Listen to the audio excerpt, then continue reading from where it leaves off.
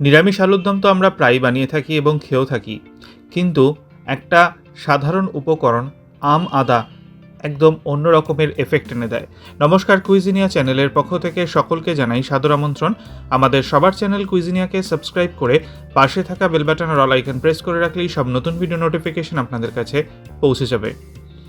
আম আদা এই জিনিসটা দিয়ে একবার এই পদ্ধতিতে নিরামিষ আলুর দম বানিয়ে দেখুন।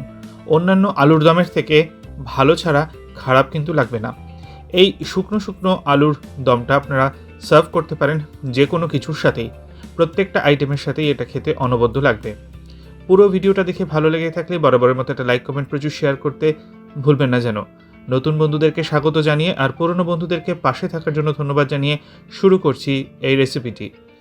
কড়াইতে 3 টেবিল চামচ সর্ষের তেল প্রথমে ভালো করে গরম করে নিয়েছি।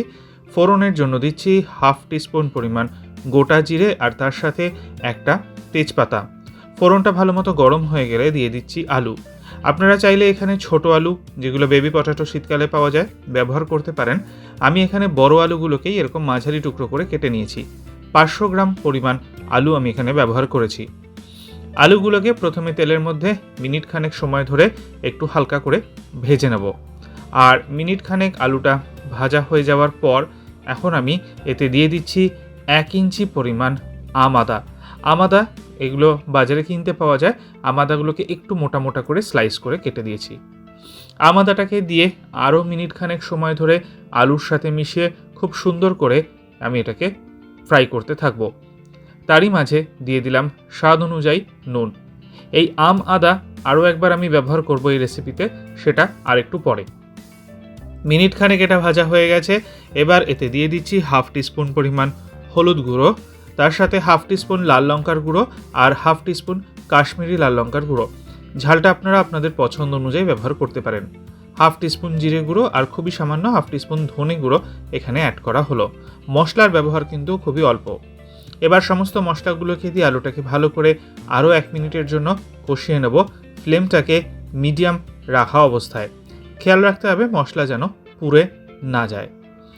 এই মশলাটা কষতে থাকুক, তার মাঝখানে আপনাদেরকে আমি মনে করিয়ে দিই আমার একটা নতুন চ্যানেল গল্পের শেখা লেখাল, যেটাতে আমি পড়ে শোনাই পুরনো দিনের গল্প। অতি অবশ্যই চ্যানেলটা শুনুন, সাবস্ক্রাইব করুন, বেল নোটিফিকেশনটাকে অন করুন, আর হ্যাঁ, লাইক এবং কমেন্ট করতে ভুলবেন না যেন। এখানে আমি একটা পেস্ট বানাচ্ছি।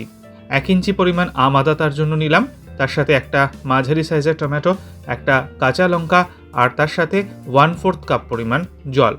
এবার এই সমস্ত জিনিসগুলোকে নিয়ে একটা মিহি পেস্ট এখানে বানাচ্ছি। আমার কিচেন অ্যাপ্লায়েন্সেসগুলো পারচেস করতে চাইলে ডেসক্রিপশন বক্সে দেওয়া লিঙ্কে আপনারা পারচেস করতে পারেন, ইনক্লুডিং এই মিক্সি জারটাও। এবার এই মশলাটা পেস্টটা আমরা তরকারিতে দিয়ে দিলাম। দিয়ে 2 মিনিটের জন্য এটাকে ভালো করে কষিয়ে নেব, যাতে টমেটোর কাঁচা গন্ধটা চলে যায়। মিনিট 2 কষানোর মাঝেই আমি এখানে দিয়ে দিচ্ছি কিছু কড়াইশুঁটির পরিমাণটা আপনারা আপনাদের পছন্দ অনুযায়ী দেবেন। আমি এখানে মোটামুটি 1/3 কাপ পরিমাণ কড়াইশুঁটি কিন্তু ব্যবহার করেছি। ভালো করে মশলাটা কষানো হয়ে গেছে, টমেটোর কাঁচা গন্ধটা চলে গেছে, আমাদের একটা খুব সুন্দর গন্ধ কিন্তু বেরোতে শুরু করেছে। দিয়ে দেওয়া হলো মিক্সির বাটিটাকে ধুয়ে 1.5 কাপ পরিমাণ জলটাকে দিয়ে আরও একবার নেড়ে চেড়ে সমস্ত কিছু মিশিয়ে নিলাম। আর এবার এতে আমি দিয়ে দিচ্ছি হাফ টিস্পুন পরিমাণ চিনি। একটু নিরামিষ সবজিতে চিনিটা না দিলে কিন্তু ভালো লাগে না, তবে আপনাদের যদি পছন্দ না হয় স্কিপ করে যাবেন। চিনিটাকে দিয়ে এবার এটাকে 6 থেকে 7 মিনিটের জন্য কুক করব। মাঝখানে দিয়ে দিয়েছি 2টো কাঁচা লঙ্কা। এই রেসিপিটা কিন্তু আমি একদম ড্রাই করে দিচ্ছি, তাতেই কিন্তু এর টেস্টটা খুব ভালো হয়। যদি আপনারা চান একটু ঝোল রাখবেন তাহলে সেটাও কিন্তু করতে পারেন। দেখুন, এটা কিন্তু এখন প্রায় এরকম অবস্থায় পৌঁছে গেছে। আমি চেক করে নিচ্ছি আলুগুলো সেদ্ধ হয়ে গেছে কিনা। আলুগুলো কিন্তু একদমই সেদ্ধ হয়ে গেছে।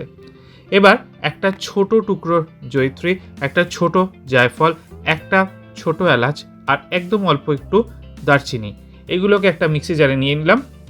আর সেগুলোকে আমি একদম ভালো করে গুঁড়ো করে নিচ্ছি। আর এবার এই যে মশলাটা আমি বানিয়ে রেখেছি, এটাকে ছড়িয়ে দিলাম আলুর দমের ওপরে। এই ফিনিশিং টাচটা কিন্তু এই আমাদার সাথে দারুণ যায়।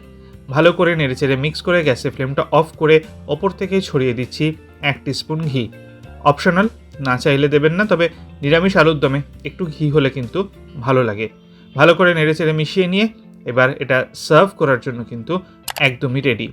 এই অসাধারণ আম আদা দিয়ে আলুর দমের রেসিপিটি অতি অবশ্যই বাড়িতে ট্রাই করুন আর কমেন্টে জানান কেমন লাগলো। ভালো লাগলে লাইক শেয়ার করতে ভুলবেন না যেন। যারা এখনও চ্যানেল কুইজিনিয়াকে সাবস্ক্রাইব করেননি, অনুরোধ করব চ্যানেলটাকে সাবস্ক্রাইব করে এই পরিবারের সদস্য হয়ে যাওয়ার জন্য। সবাই ভালো থাকবেন, সবাই সুস্থ থাকবেন। গল্পের সেকাল একালকে অতি অবশ্যই সাবস্ক্রাইব করুন আর গল্পগুলো শুনুন, লাইক কমেন্টও করুন। আজ তাহলে এ পর্যন্তই, নমস্কার।